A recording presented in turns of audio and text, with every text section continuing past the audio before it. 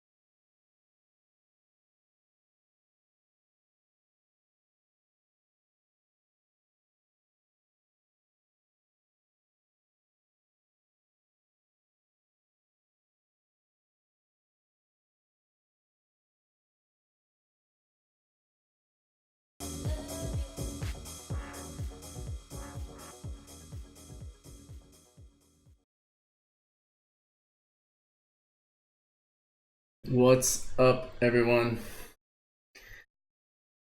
Hello to the early arrivers. Gerald, John, what's up, guys?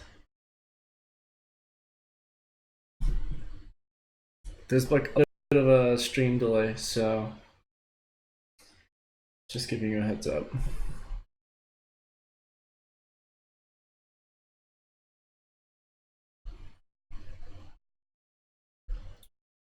You guys got some questions loaded up for me, I'm pretty sure this time. Check these levels. Microphone's good, I think. You guys let me know if it's too loud or too quiet for microphone. And then let me know for the music too. Let's get this out of here.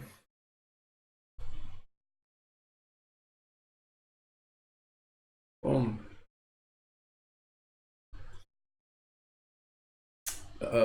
Delete. Let's open some Ableton. Let's dive in, man. Some panning tricks. We'll go over some panning tricks for sure. I wanna show you guys that chain that I made for you, the signal flow, in some more depth, because I think it's gonna be really useful for you guys. What's up, Kate? Kate, how does it feel? You get to just sit back. You don't have to do anything. Everything's getting recorded already. You just get to be like assistant teacher today.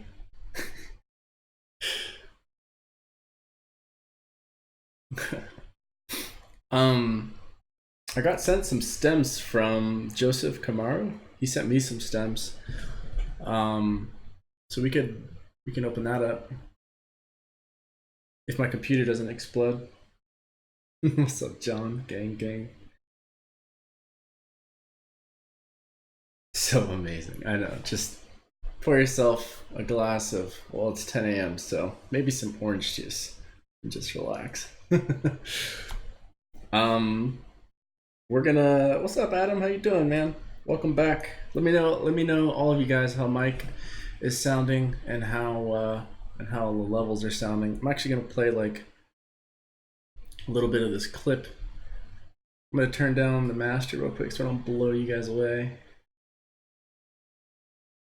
Let me turn this down a bit. Let's just click play and check these levels. Oh, nothing's even playing. It's so quiet.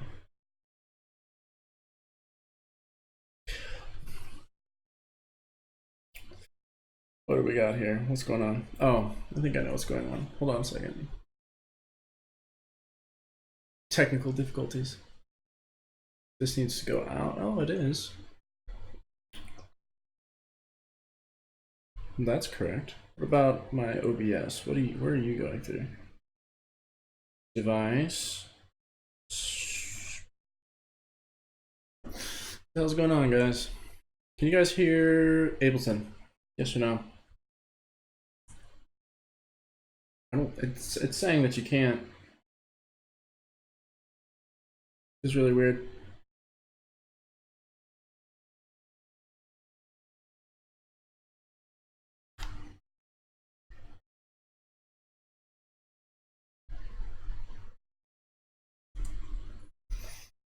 Let me open Spotify real quick and see if this is working. You guys listen to Astro World? Anyone? Okay, yeah, I'm gonna fix the Ableton. Don't worry. I just want to check if the routing is correct. Kate, you were supposed to help me set up this audio. Come on.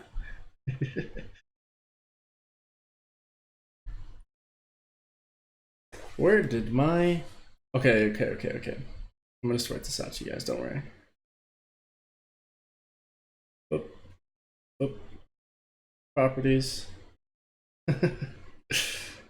Let's do default. Okay.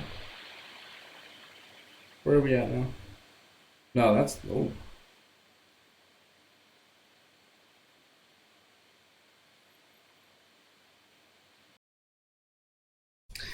You know, it's always like that when you stream and you get every... Ooh, we're good. Okay. All right.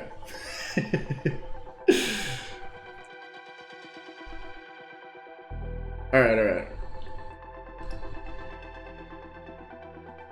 Sorry about that. All right, let's go through these questions. I want to go through this chain. First one we had was I wanted to ask last time how much automation you're using in mastering your mixing chains. A lot, man. I think one of the if you're using OBS, you might have to change the drivers. Yeah, no, I think it's still working now. If it's still yeah, I'm using OBS, John. If it's still messing up, let me know. You can like check this out with me afterwards. But I think everything's looking good right now. For automation, it's sick. Use it all the time. One thing that I'm trying to do recently is with vocal tracks, automate almost all the instruments to the vocals. And what's up? Yeah. Automate all the vocals, automate all the instruments to the vocals so that everything is kind of dipping out and around the vocals, so the vocals staying like up front and in the center. Joseph, this is your song, man. We're gonna listen to it. You guys ready to hear Joseph's song? I'm gonna push play. We're gonna listen through this real quick, and then we're gonna go through. I'm gonna show you guys the chain that I showed you, the signal flow preset that I showed you the other day, and in a real world situation. Joseph sent me this song and he was just like, I don't know where to take this. So we're gonna see where we can take it today using what I showed you guys. So let's have a listen. I'm gonna turn it up a little bit right here.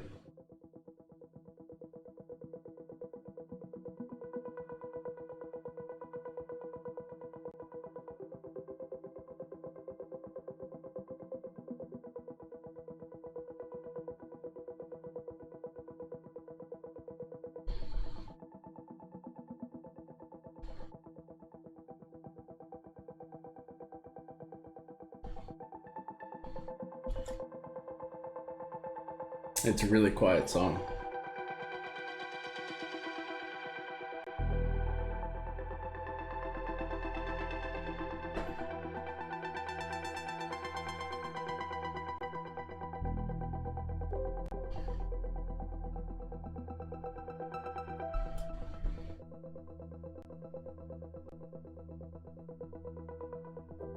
There's a bit of a delay, so give it a little bit of time, you'll hear it.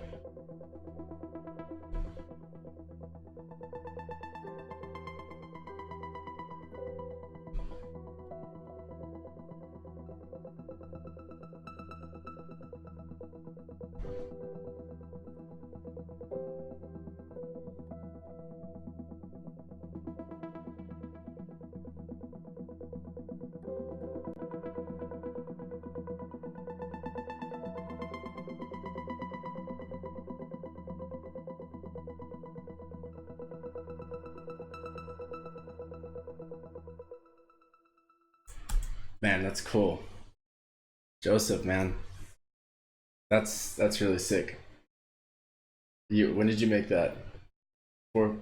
Week 4 or 5 you posted this on Discus? Nice, man. It's really cool. So as you were saying before, you like doing like that ambient and electronic type of drone stuff. So let's just jump right in. I'm just gonna show you, like, if you sent this to me as mixing, work or mastering work, this is probably where I would start. When you guys open a new mix and you start new projects, it's good to have a template open. I haven't worked in Ableton in a while, so this template is literally just open Ableton and there it is. But it's always good to have an organizational flow so that every instrument is almost always where it is. So kicks on top, bass is on top, grouped instruments, grouped percussion, effects on the bottom, things like that. So I went ahead and just like renamed this bass, put it on top because it was like the lowest frequency thing that I could find in this mix. And when we're working on a mix, we always tend to work on either the kick first or whatever low frequency star there is, whatever that sound is, whatever the low end star is, that's what we tend to work on first, because it takes up the most amount of energy in a mix, and we like to mix our music towards that sound that we just worked on. So for example, if this song had a kick in it, what we would do is we would label it kick, put it on the top, and then we would work on that only. We'd mute everything else and we would just work on the kick. And then once we got our kick kicking and sounding great, we would set the levels. Let me turn this mic down a little bit, I think I'm clipping a bit. We would set the levels, make sure we're not clipping, make sure we're not going in the red, and then we wouldn't touch it. We would just leave it alone at that point. So we would set the kick, set it at a nice level where it's sounding nice, where we're still having about, about -6, -3 dB headroom on a master, and then we would just leave it there. We wouldn't touch it for the rest of the mix. And then what we do is we start fading in all of these other instruments that are either just off or muted or pulled all the way down. And so we would slowly start fading these in towards the kick, relative to the kick, because once you've set your kick, you've basically set the volume for your entire mix, essentially.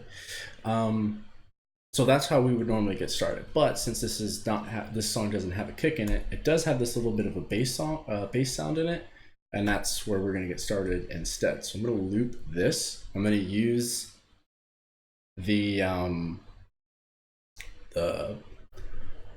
preset, not preset, but the user preset that I gave you guys. You know what I'm talking about. We're just going to get started on that.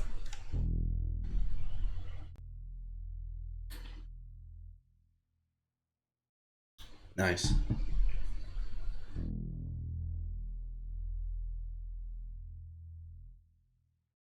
Cool. So we're gonna go in. Let's go user library. I'm pretty sure you guys have already downloaded that preset. What do you guys call it? I haven't been in Ableton in so long. User library, presets, audio effects, audio effect rat. And it's called the advanced one. We're gonna drag that over. You guys still with me? It looks kind of quiet over there. Turn all these off. We don't want them on right away. We're just going to work in an order. All we're going to do is work from the first one into the next one, into the next one, into the next one, into the next one, and so on and so forth. So first things first, we're going to add some saturation to this bass. Let's turn this up. Ooh. Add those sweet harmonics. You can already hear the harmonics being added to the space. It already sounds so much better.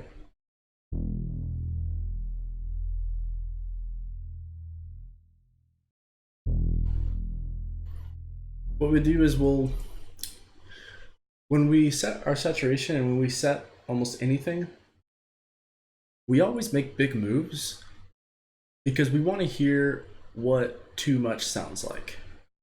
We want to know, okay, what's too far? And then we want to back off of that so that we're not damaging the sound, clipping the sound, distorting the sound. And so what we'll do is we'll go way too far and then we'll pull it back and then get it close. So we'll go way too far. You can hear what way too far is.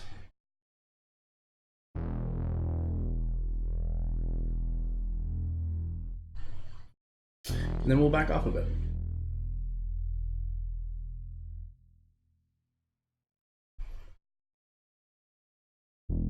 Nice. So we've set that. Sounds pretty good. There's some different tones you could try, but we won't get into that right away. We've set our saturation. That's all we've done. Check it out before and after.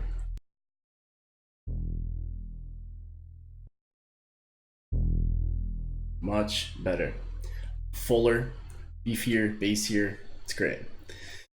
And then we'll go into a reductive EQ. This is a very exciting sound, I know, but it's fine. Reductive EQ, we always work from low to high, low frequency to high frequency. So we have a 30 hertz cut right here. We're going to change that to a high pass. And then we can turn on that blue headphone again. And we can solo what it is that we're soloing out essentially. I don't want to take too much away, but I do want to clean it up. Maybe a ×4 slope would be a bit better. Something around, I mean, 35 hertz maybe. And then we're also going to go up here, take out some unnecessary highs because it's a bass sound. We don't need high frequencies up there, and we don't want that building up over a large amount of tracks in our mix.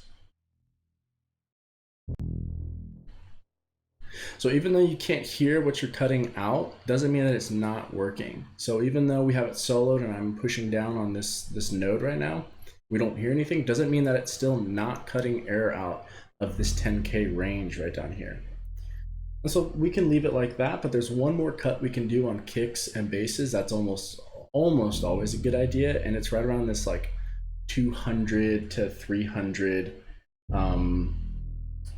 300 hertz zone. So we'll resonant peak it, which just means a sharp bell basically. And we'll just kind of sweep around for something that sounds like muddy, not muddy, boxy is probably better to use.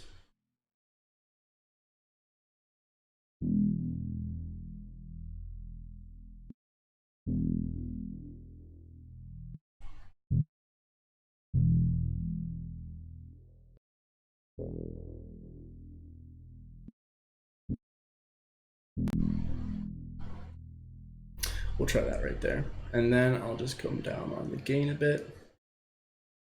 And then I'll sharpen this Q up a bit because I don't want to eat away the low energy too much.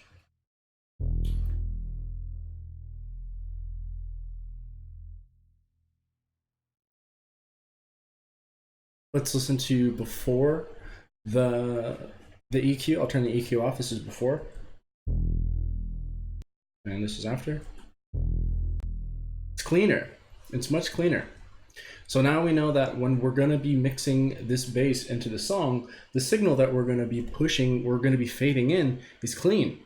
It's not going to be messy. It's not going to have mud down at 20 hertz. It's not going to have maybe some boxiness, you know, at 200 to 300 or something like that. For kicks and basses, you can almost never go wrong with like a 25 hertz cut, which is right here, a high cut, or this is a high cut, that's a low cut, and like a bell around 100 to 300. You have to sweep around and listen to something that just sounds like you're knocking on a box. It just doesn't really sound like anything. And then just cut that out. And so now, next step is we've set the saturation, we've set the reductive EQ. We're going to go into a musical compressor. And I kind of went into this before. Musical compression is like compressors that add a really nice color. They have an attitude, they have a flavor, whatever it is you want to call it. You can get compressors for almost any type of music that you like. Frank Ocean's Channel Orange was used, his vocal was used with a LA2A, which is just like a $20,000 compressor, but we can get it for 29 bucks from Waves, and it gets you pretty damn close. It's not, you know, the real thing, but it gets you really close. I mean, it might be 5 or 10% off, but it still has that feel to it. So for this one, you guys, I got this one for you because it was free. Acoustica Audio makes really great stuff, and it has a good color to it. So we'll just turn this on. And so before, oh, that's not the right one. Before we set a compressor, we turn it off, and then we just listen to the sound. Hope you guys are still with me.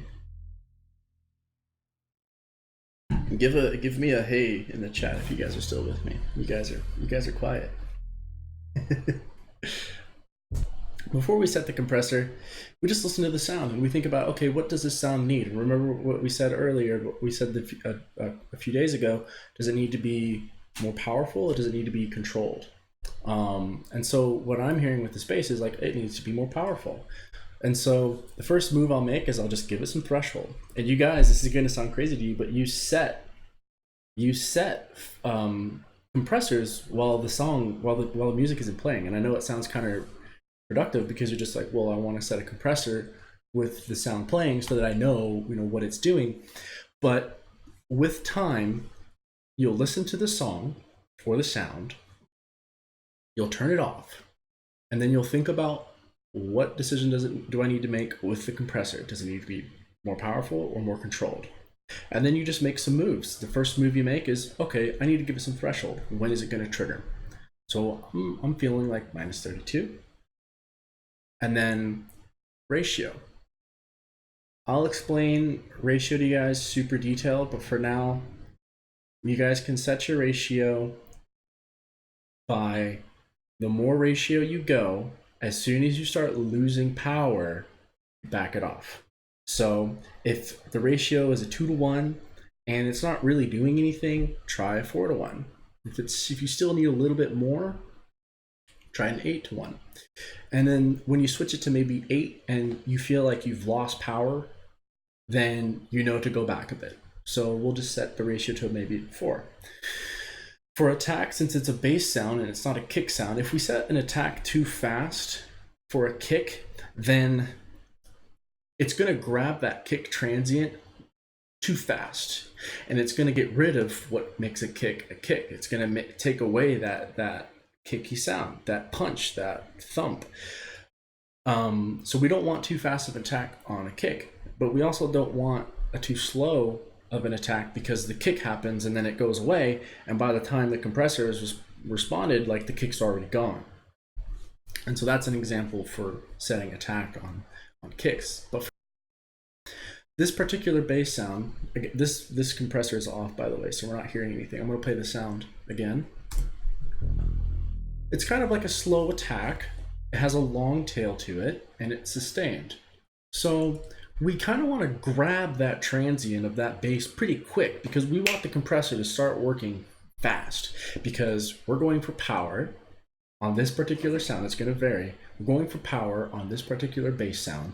So we want to grab that transient quick and then immediately let the compressor start doing its work. We want to bring that power up. So we'll go for like a pretty fast attack. And then, so I'm just going to set it to 0.3.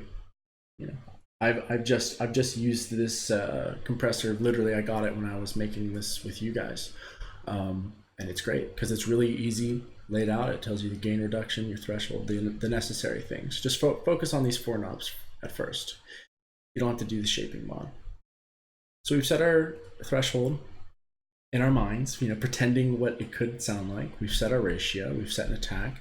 And so for a release, we know that our attack is fast, and so we're grabbing that bass transient pretty quick. The bass is coming in, and the compressor, the attack, is waking up and goes, oh, there's a sound playing. I need to grab this sound. And now what am I going to do with this song? What am I going to do with this sample? Am I going to grab this transient, and am I gonna let go of it really quick? Am I just gonna give it a little pump? Or am I gonna hold on to it a long time and carry it up and carry it for a duration? And that's kind of what we want with this bass sound, because it's a slow attack. It's got some nice sustain to it, and it rides out for a bit. So we don't want to set a fast release and then have the bass come in.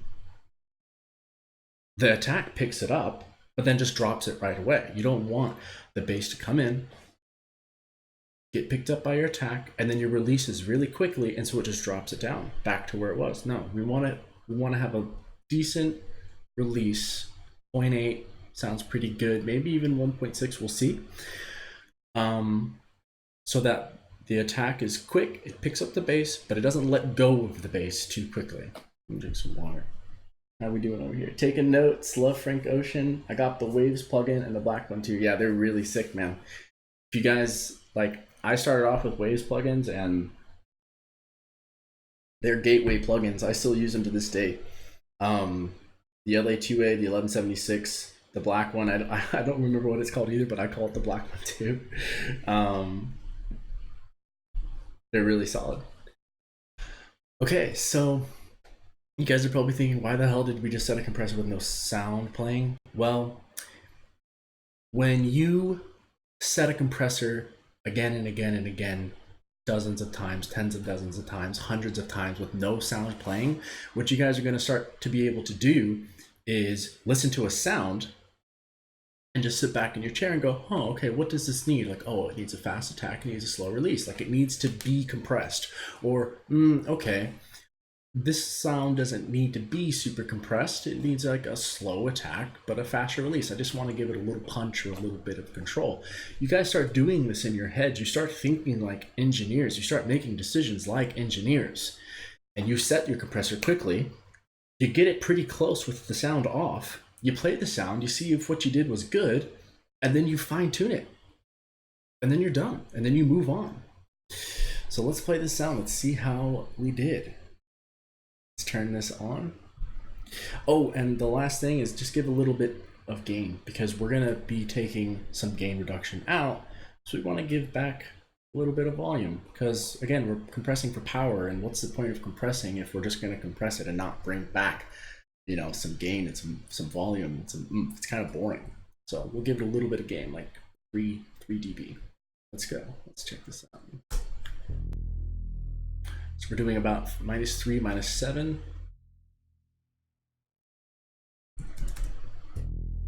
Yeah, about -7. So what we can do is, if we're doing -7 of gain reduction, this isn't a one-to-one thing. You'll never get the exact sound that is being reduced back with gain, because that's, you're changing the sound essentially. So we're doing about -7, so we'll just give it some gain here. We'll go up to like a bump over 6. And so we can see our gain here. It hits, it spikes up to about -7, but it doesn't drop down. For example, if we had this release down at 0.1 and the bass played, it drops down really quick. Do you guys see that? Like the compressor compresses, but then it lets go too fast. And then you're not compressing anymore. It was like, well, what's the point of that? Like, oh, this is a long bass, this is a long sustained bass. We want the compressor to hold on to that sound a bit. So let's listen again. It was on 0.8 before, and let's see what our compressor is doing. I think the threshold's fine. The thing we can play with is the attack. Let's go to 3.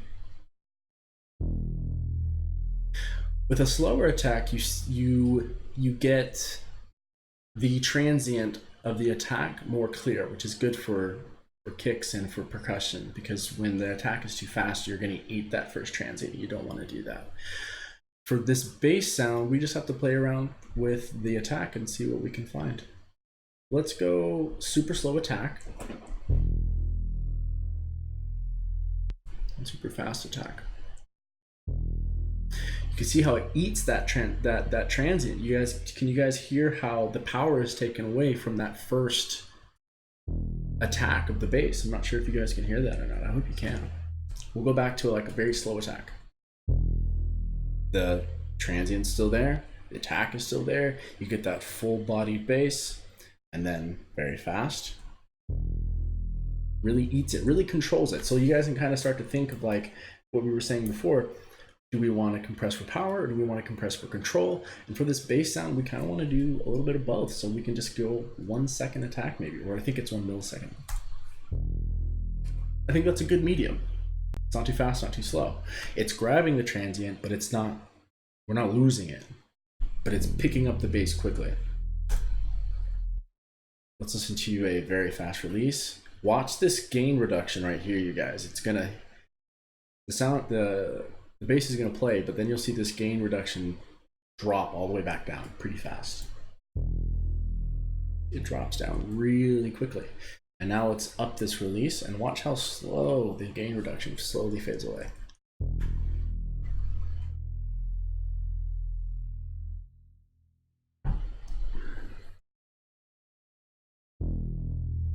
Like it just wants to hover there. It just wants to stay there. It doesn't want to go anywhere. So for the release, we'll do, I think it was fine at 8, and then good amount of gain. And we've compressed our bass. Cool, let's listen. We can also turn on this pre button. It's pretty nice. It gives it like a little preamp. This just comes with this particular plugin. Some if not most compressors that you guys are going to download online are going to have like a preamp. You can switch that on and off just to get like a different flavor.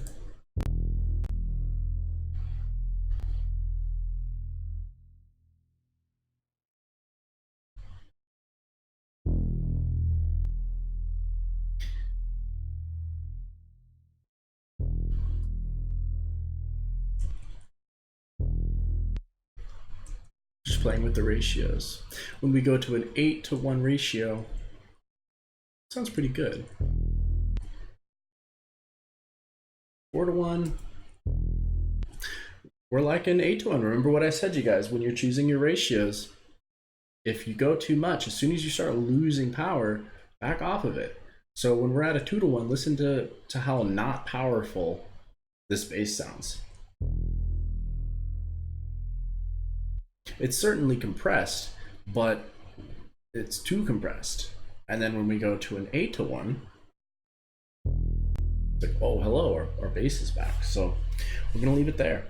And the next thing we can do, if you guys want to, if you guys still think that it needs some more power, what you can do is you can set this technical compressor. We don't technically need it. It's just a personal decision if you guys wanted to add a transparent compressor after this. So for shits and giggles, we can do it. We'll just do a really quick, like, 4-to-1 ratio, something like this. Pretty fast attack and a pretty slow release, and then we'll pull down on this threshold. There we go.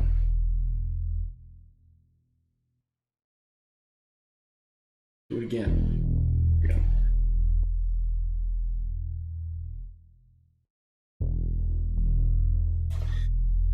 We're getting a little bit too much compression there because it's getting powerful, but you guys can kind of start to hear the artifacts of the bass, and that's when you're starting to crunch down on a song too much. There's certain limits that certain sounds and samples and recordings have. For example, like if you guys recorded yourself playing a guitar with like your bedroom microphone or whatever it is, it has a limitation on it, and you can only kind of squeeze so much out of certain samples, which is why, quick note, it's always good to download super high quality samples that are like 48, 24-bit, 48 hertz, great. Recording in 48 or 98 if your computer can handle it, because you have more flexibility with your samples. So we can kind of hear with this bass sample, we're starting to compress it a bit too much because it gets a bit artifacty, that's a word. So we can, the release is too long, so we're gonna hit the compressor just as hard, but we're gonna let go of that bass sound a little bit quicker. Like pick it up, but like let it go.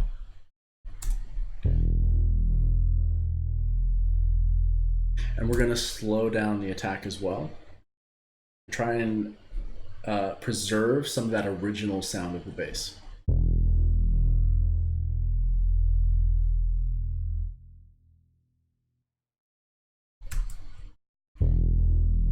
So the original sound is there a bit more, which is good.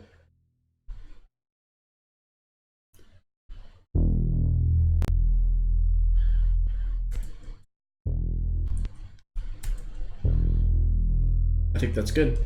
Okay, cool. So we've set our saturation. We've done some reductive EQ, you guys. We've set a musical compressor because we want attitude or flavor or certain compressor sauce. We've done technical compression just for overall control or power, and in this case I wanted more power in the bass. And now we get to use this stereo widener, and this is an artistic choice. This is not necessary to do on every single thing all the time. I'm just showing you guys what you could do with it. Be careful when you guys start stereo widening and adding stereo width to low frequency things, because it starts introducing this really weird phase stuff. And then if you listen to it on your headphones in your car or on your laptop, a lot of times if things are spread out too wide, they'll just end up disappearing. So what you guys can do is you can write this down actually as just like a general rule.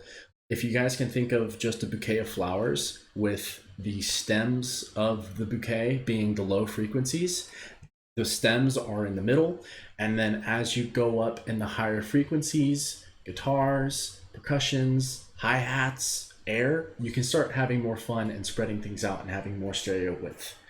That one's for you, Aaron, the analogies.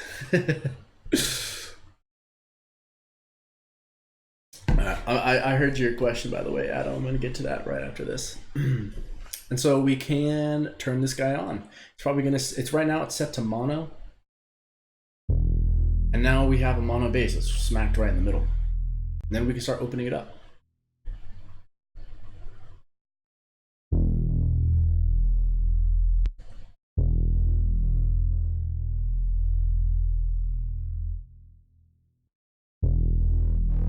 You guys can hear that 400% stereo width is pretty wild.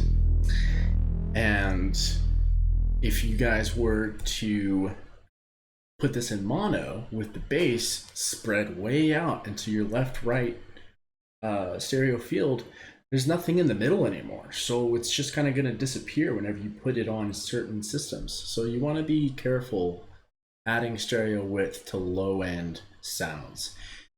When I'm adding stereo width to a kick or a bass, maybe I'll add 5%. Like it's really subtle. You guys can do it for really crazy effects in a song if you want to do that, and if it's just going to live on an online world, you know, and everybody has headphones, then go for it. But if you kind of want something to have a little bit longer shelf life and translate to other systems, go easy on the stereo width on your low ends. So this is completely mono, 50% stereo width, 100%. 100% is already a little bit too much. 150 definitely too much. Sounds cool though. I'm sure most of you guys are listening to it in the headphones. It sounds cool, but what we're gonna do instead is we're just gonna leave it at 50%. Let's listen to this on and off. It adds just a little bit there.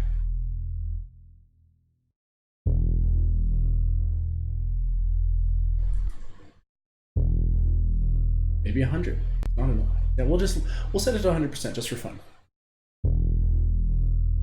Cool.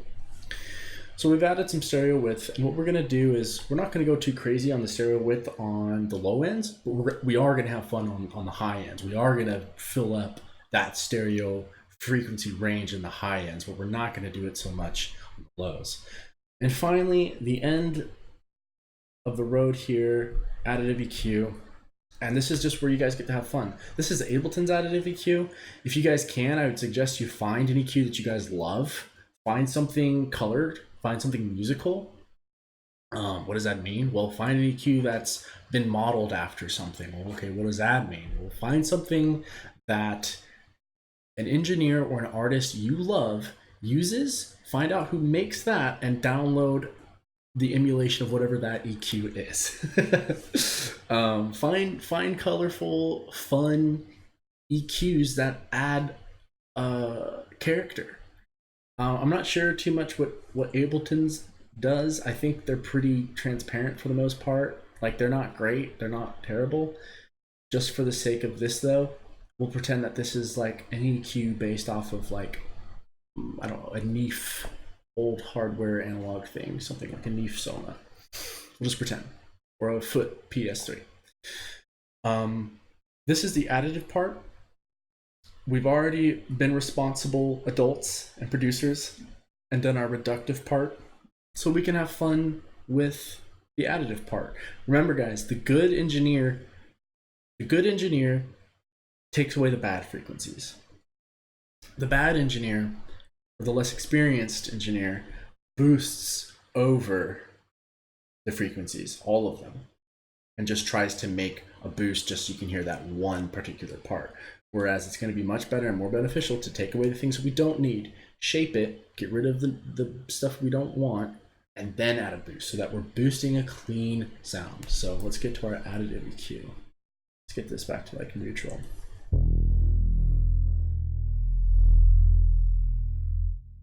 And when we're making these moves, we always go crazy just so we know how much is too much.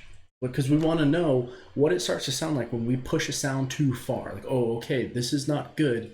Now we can identify when we start flirting with that, if we start to push it too hard, so we can back it off a bit. So we make big moves, we pull it back, and then we get it close.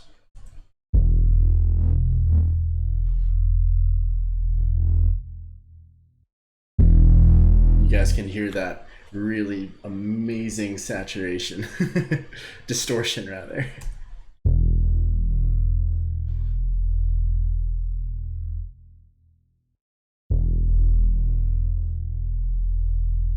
I just want to add a little bump down here at 40 hertz. And then we can sweep around and we can listen for whatever else we think sounds good on the other bell.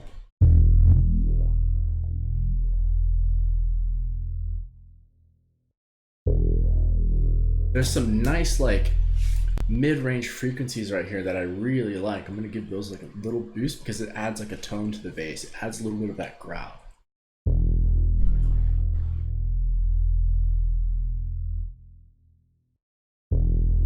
And then finally, we can add maybe a high shelf. We want a high shelf, you guys. Where's the high shelf? That's not a high shelf. What is it? That's a high shelf. So you guys can see with additive EQ, at what point would you add verb in the chain? We don't add reverbs in chains. We add reverb to sends, because once you start adding reverbs to every single individual channel, your CPU is going to cry and you're not going to have fun and you're not going to have a happy computer.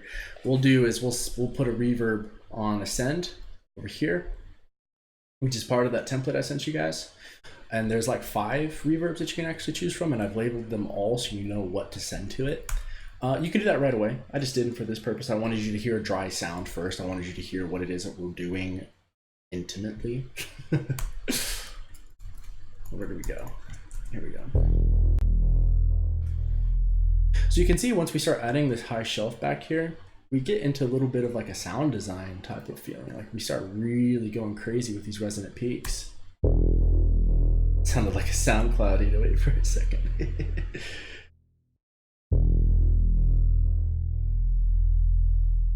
I just want to give it a little bit of air. Okay guys, so we've done it. We've went through the whole entire signal flow, little advanced chain that we can be doing. Let's listen to it before and after. What did we do?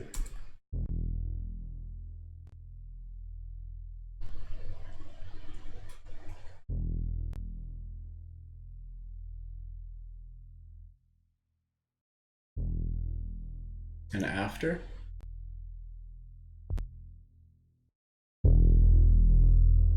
We've given it some harmonic saturation from this guy here. So what we've done with this saturation knob is we've turned it up.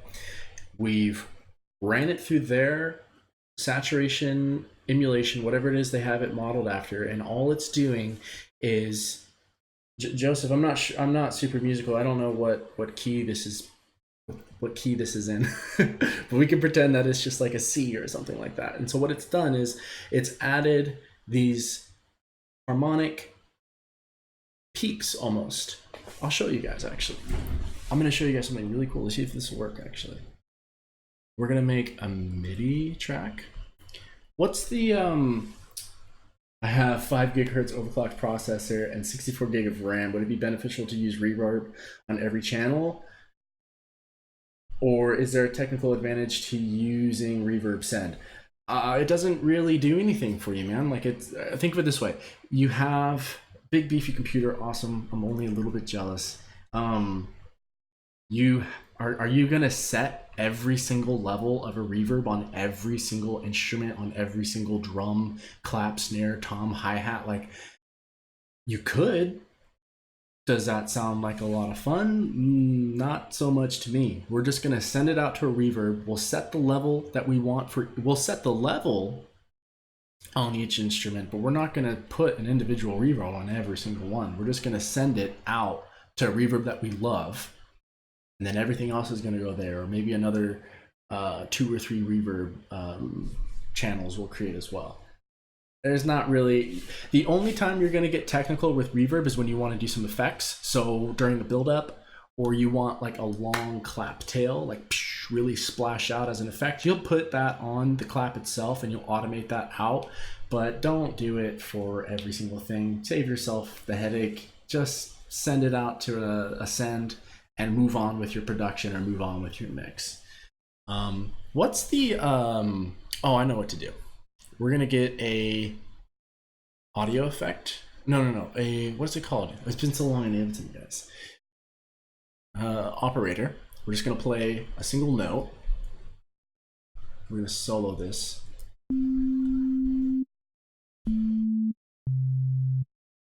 We're going to bring me back my, there we go.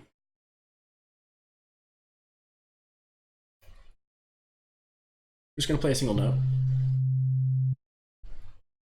Have that looping. I hope it sounds good. We'll see. Okay, there's like a little click, but oh well. And then what we're gonna do is we're gonna bring up FabFilter's Pro Q2. I'm gonna show you exactly what saturation is doing. I promise I'm getting to the point, you guys. This is exactly what saturation is doing. We are going to get a Pro Q. Put that on there. And let's play. Look at that. That's a beautiful, that's a beautiful, what is this? It looks like a C, B. Just a clean sine signal wave. The oscillator's going up, oscillator's going down, oscillator going up, oscillator going down. Clean. Then what we're gonna do is we're gonna grab a saturator. We'll grab decapitator. It's a good one. This is one of my favorite saturators. Is there a way I can turn this on, down? Yeah, okay, cool. I just want you guys to see with your own eyes what saturation is doing. Okay. Saturation is adding harmonics, and we love harmonics in our music. It adds power, it adds dynamic, it adds a lot of flavor. This is a C note sine wave playing with no saturation. Look how smooth and clean it is. You can see that it kind of builds up. There's a resonant peak and then it drops right down. And then the end of the clip kind of gets a little bit crazy. Just ignore that. That's the initial shape of a sine wave. Now we're going to turn on this Soundtoys Decapitator and we're going to see what adding saturation does to a sound. It's going to add harmonics to it. It's crazy. Watch this sine wave. Look at that. So we've added saturation. I'm going to stretch this out a bit more. Can I? I want you guys to see. Yeah. Look at that. It's adding these harmonics to it. It's adding the root note harmonics, which is really cool. It's clipping too soon, but you guys get the idea. So we have like, what is this? Let's just say it's a C, and then it adds a harmonic in the root note of an octave above. You see how it kind of peaks again right here? An octave above, C4. And then we have C3 down here. And then up here we have what? C5. This is called even ordered harmonics. A lot of the times we'll add even ordered harmonics. Why is it called even ordered? Because it's adding even root notes to the sound. We have C3, C4, C5, C6, and so on. And so here, watch the sound get a little bit crazier as we start adding more saturation to it. You can see those resonant peaks starting to come up. You guys see that? That's all the saturation that it's adding. Keep looping this out. Look at that. Let's add a little bit of sound. You guys can hear what it's doing. Here it is off. Where are we? There we are. And then here we are turned on.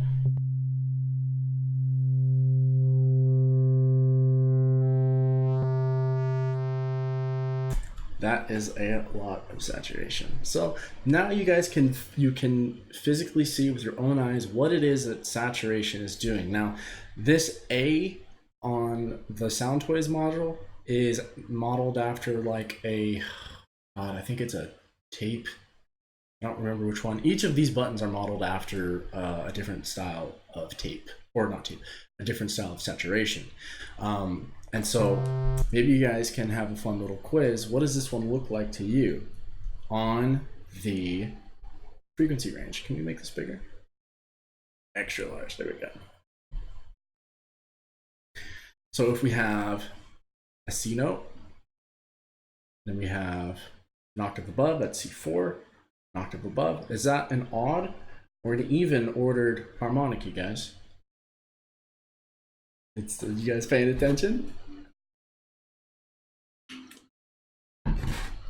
What do you guys got? We'll do another one. We'll switch this one over to E. Is this an odd or an even? We have a C note, and then another C, and then another even ordered. What is this, an odd or an even? Even. Good, you guys are paying attention. Oh my god. We'll do another one. We have a root note, C, and then where's the second one? It's a G. Is this odd or even, you guys? Then a D. Then another G. This N is based off of, the N stands for, I'm pretty sure it stands for Neve. This is a Neve styled saturation. You guys are great. Thank you for dealing with my antics. Can you add the 3, 5, and 7? Whoa, what do you mean 3, 5, and 7? Yeah. Anyways, that's saturation, and that was my little tangent. So you guys know what saturation does. You know what it sounds like. Get rid of that. We can go back to our bass sound finally and have me be quiet about that. And we did a good job. We've added some nice saturation. We've done our reductive EQ. We've added some musical compression, technical compression, widening, and additive EQ. Hell yeah, we just kicked ass on this. And so now, once you guys do that on every single channel, you guys are gonna get really fast at that.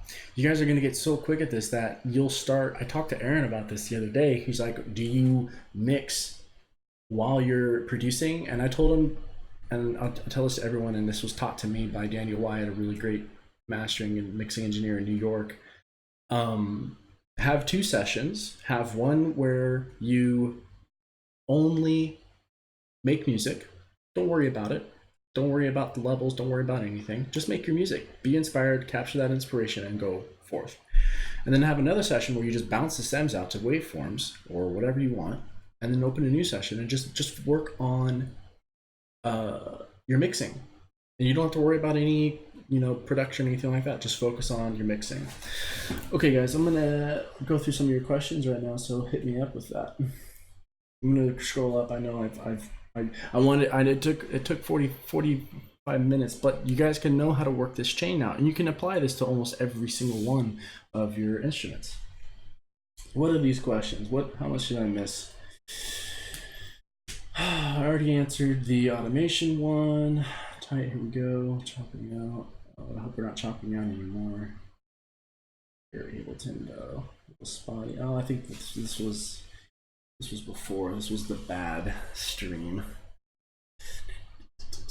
Can you talk about which decisions affect power versus control, like ratio decreases power? Yeah.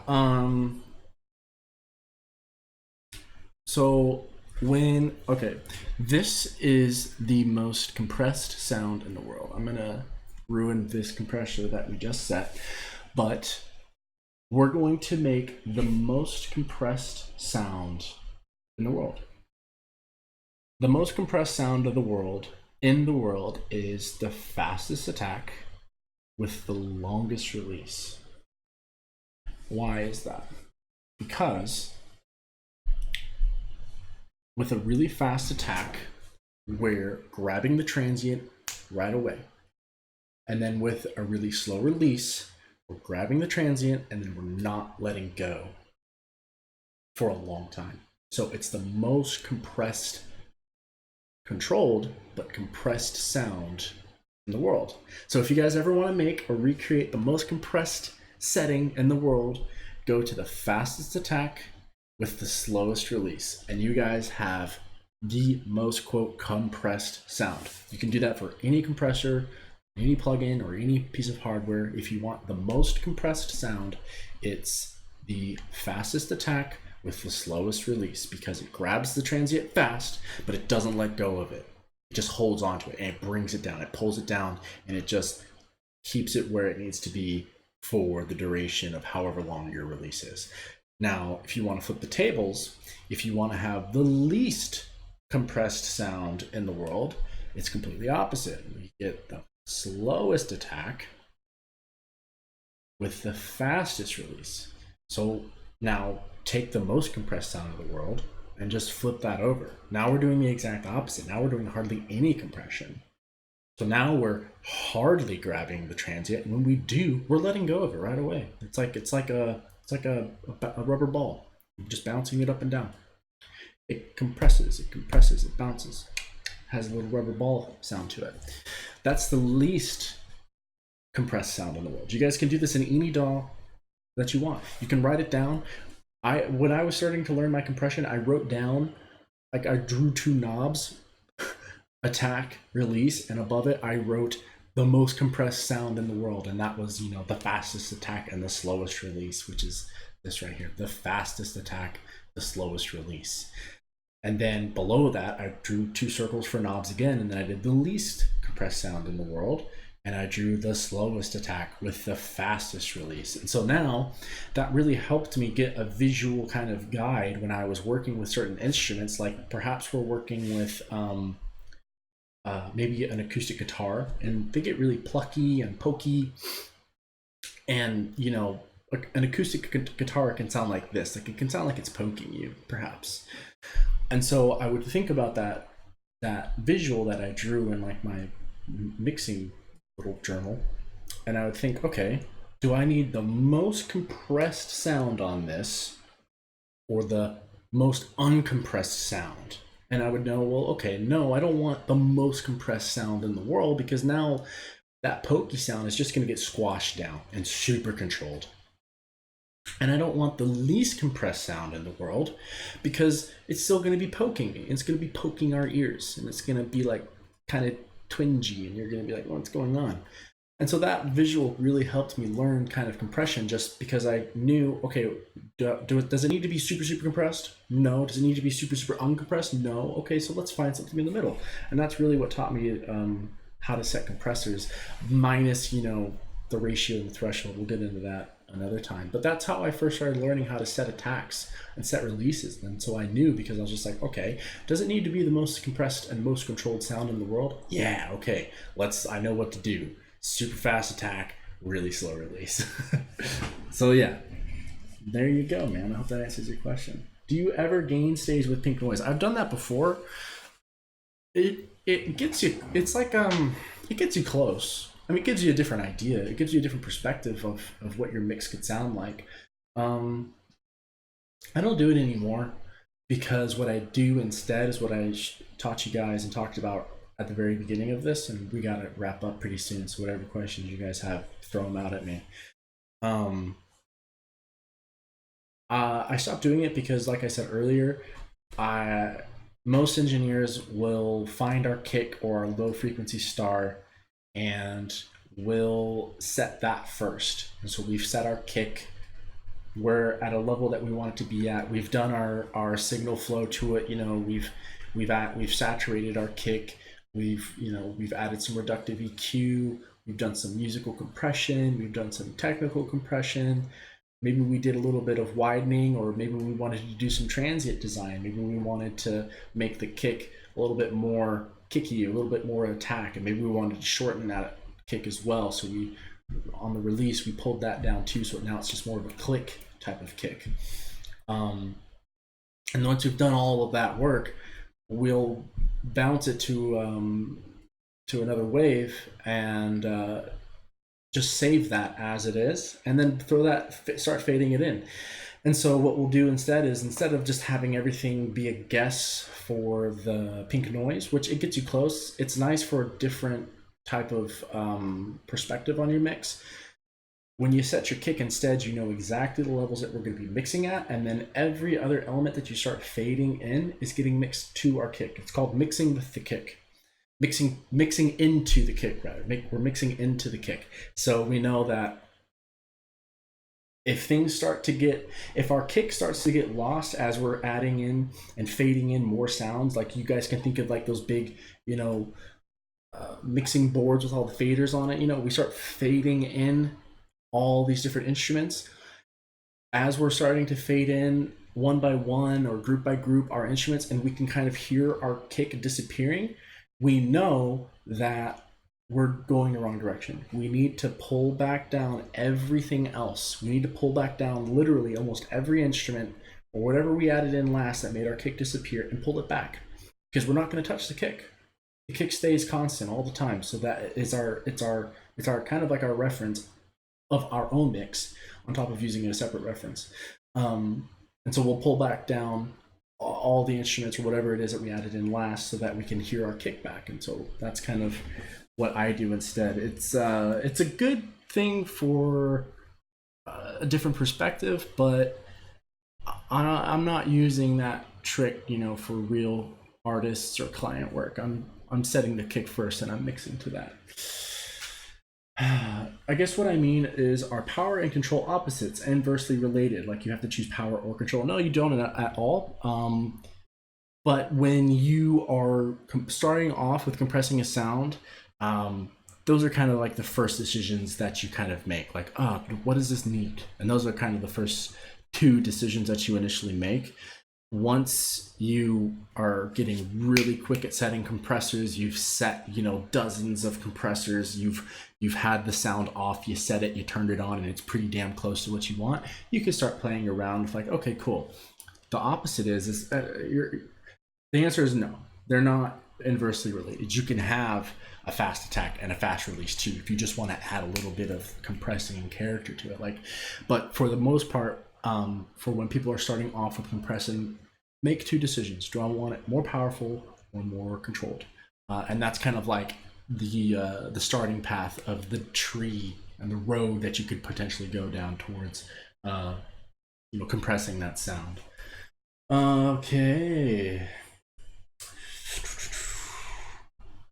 Can you talk about that? What would you add? What point would you? I know we already did that. And yeah, Joseph, this is being recorded and it'll be saved on the YouTube channel, and then you can download it. Let's listen to all of his song real quick. We'll do like 5 minutes, 10 minutes more. Kate, how are we doing? Are we stopping now? Are we done? How are you guys feeling? Anything else? Because we've been at it for an hour now, so I think it's pretty close.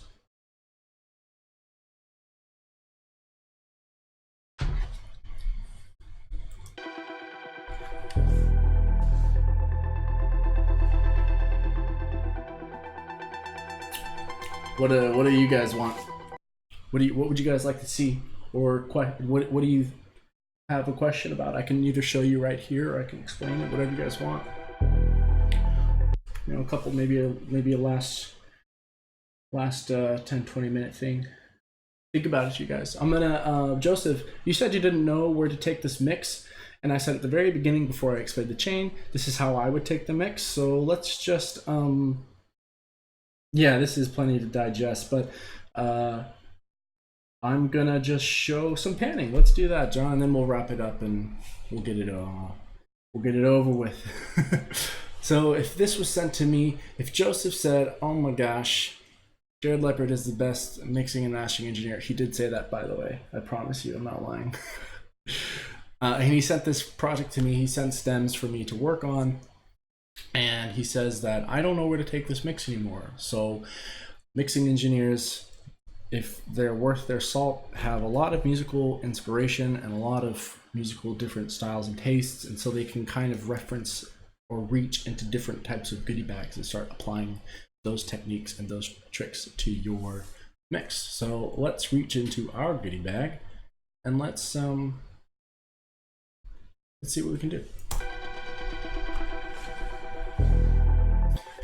So for this sound,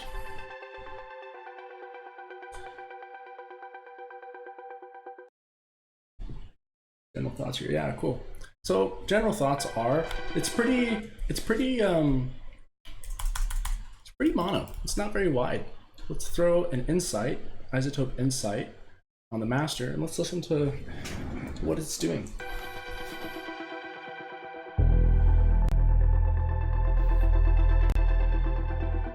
What are you doing, Insight? You're being weird. Alright, well, something's going on with this guy. So it's quite narrow. So the first thing I'll do is I'll find a high frequency sound, mid-range frequency sound like these two guys. For example, we could just like put these two in a group since they're really similar sounds. We'll just name these like Pluck Synths. And what I'll do is I'll put that plugin chain. I don't have my presets saved here, but we'll just do it live. Do it live! We'll add a decapitator. We'll add a Pro Q2. Pro Q. Hi. We'll just start with that. And then we'll add a additive EQ. We'll do a diamond. This is like the real sauce. You guys are gonna steal my sauce. Additive EQ. We don't necessarily need too much technical compression on this because it's not something that's demanding of it. And then since I want it wide, we'll add a, what's a good widener? Imager. Imager is great. If you guys have Ozone 7 Imager, it's really great. So this is what I do just to start.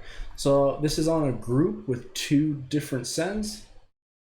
This is the sauce, you guys. You guys, I'm sharing the knowledge. This is it. Same thing as I said before. We compress first or saturate first. Ha.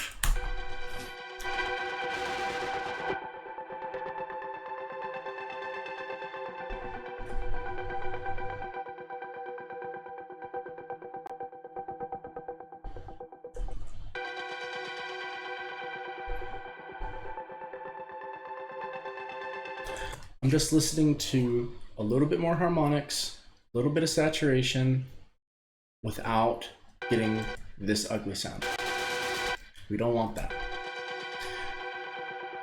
This low cut is a pre-saturation low cut, so we can already be low cutting and reductive EQing before we even start saturating. So the saturation is only saturating the signal that you want it to.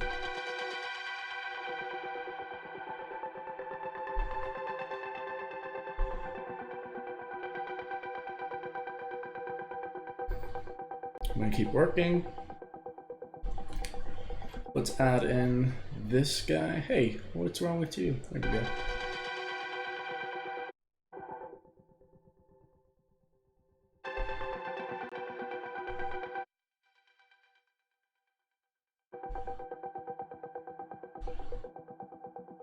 What we can do also is we can do some sweeps in our EQ. If it is a mid-range sound or a vocal, we can listen for some like ugly resonances.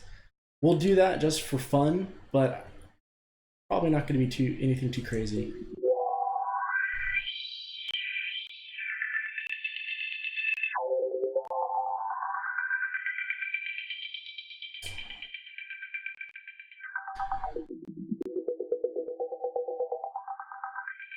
So yeah, like I'm not hearing anything that needs to be taken out, but just for just for fun, we can pretend that there's something ugly at, you know, 2100 that we don't like, and we can just pull that out. So we can just do like a 5 dB reduction, and okay, cool. We've done our reductive EQ. We've been good mixing engineers. Then we'll go over here to this really great Acoustica Audio. You guys, it's the same company that makes that compressor that I put in the free chain. These guys are solid. We'll put this up, and what we'll do is, since that it's a colored musical EQ, if you guys start driving more input, it's going to be driving your sound through the circuitry and the tubes and transformers and whatever, you know, magical goodness they have behind the box of this thing. and we'll be getting more of that tone. So what I like to do is when I'm trying to add some musical EQ or musical compression is I'll drive the input. You guys are going to see this if you watch any Andrew Schweppes or Glenn Schick or any of these Chris Lord out, you'll see them drive input but reduce output because you don't want to be boosting 6 on top of your already neutral sounding volume. So +6 -6, just give it some tone, and then check this out.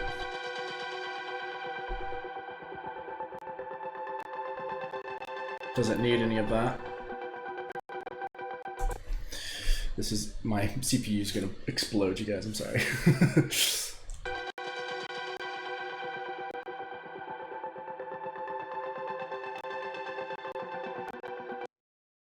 We'll set that up there, maybe that'll be nicer.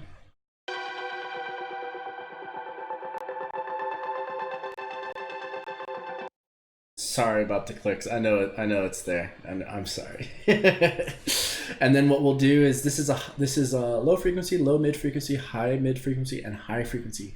This is my favorite. It is so pretty and so much fun to add just this air that you've already took out because you're responsible here, but you add it back in a cleaner way here at 50K. Oh, it sounds great. Listen to this. You can hear and feel the sound open up.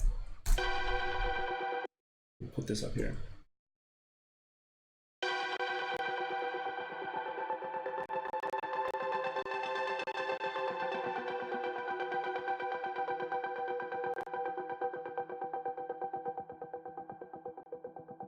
Before no EQ.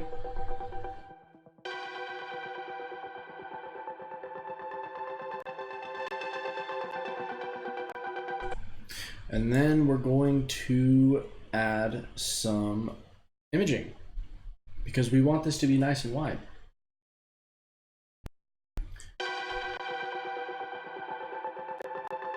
Let me do this. Let me freeze that. I'm gonna consolidate this so I don't blow up your guys' ears with clicks and pops. It's not very fun, I know.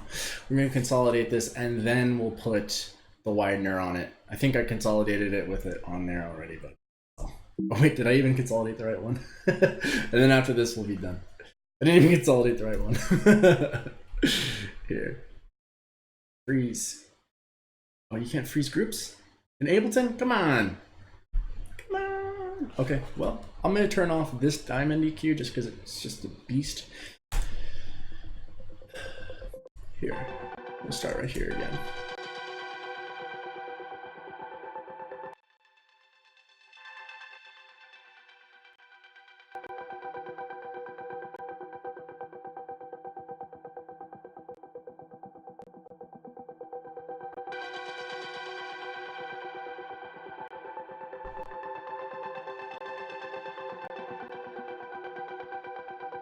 Look at that spectrograph, that vector scope going crazy, you guys. Let's listen to it in the context of the mix.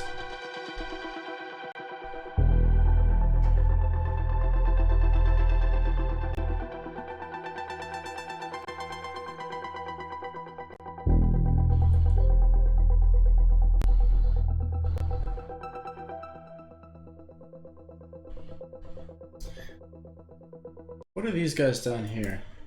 What are you? Ooh, pretty.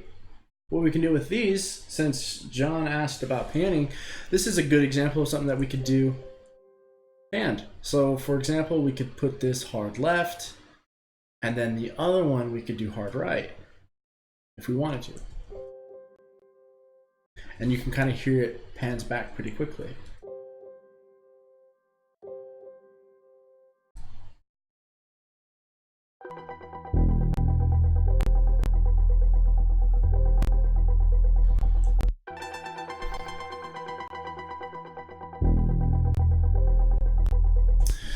I'm getting a bit too crazy hot with this plugins and everything, but I think that gives you guys pretty good amount of info to digest. How are you guys feeling? You guys, the Bill O'Reilly sample. I think that's going to conclude it, you guys, unless there's one last small thing. That's about it. Joseph, yeah, man. Just add width. You can pan. Don't be. I think I was really afraid of panning for a while. I don't know why, but there's no reason to be afraid of panning. Panning is cool. Before there was stereo panning, there was only CLR panning, which is center, left, right, and so there was only a left channel, a center channel, and a right channel, which is what you hear a lot in older records, like on the Beatles and the Doors. You guys can probably listen to those records right now, and you'll hear only the drums playing, in the left, and then maybe guitars are in the right with the vocals in the middle. And so you guys can start playing around with your panning more, and don't be afraid to go super, super hard left or super, super hard right, because you're opening up your stereo field, you're opening up your sound field, you're giving your instruments and sounds room to breathe.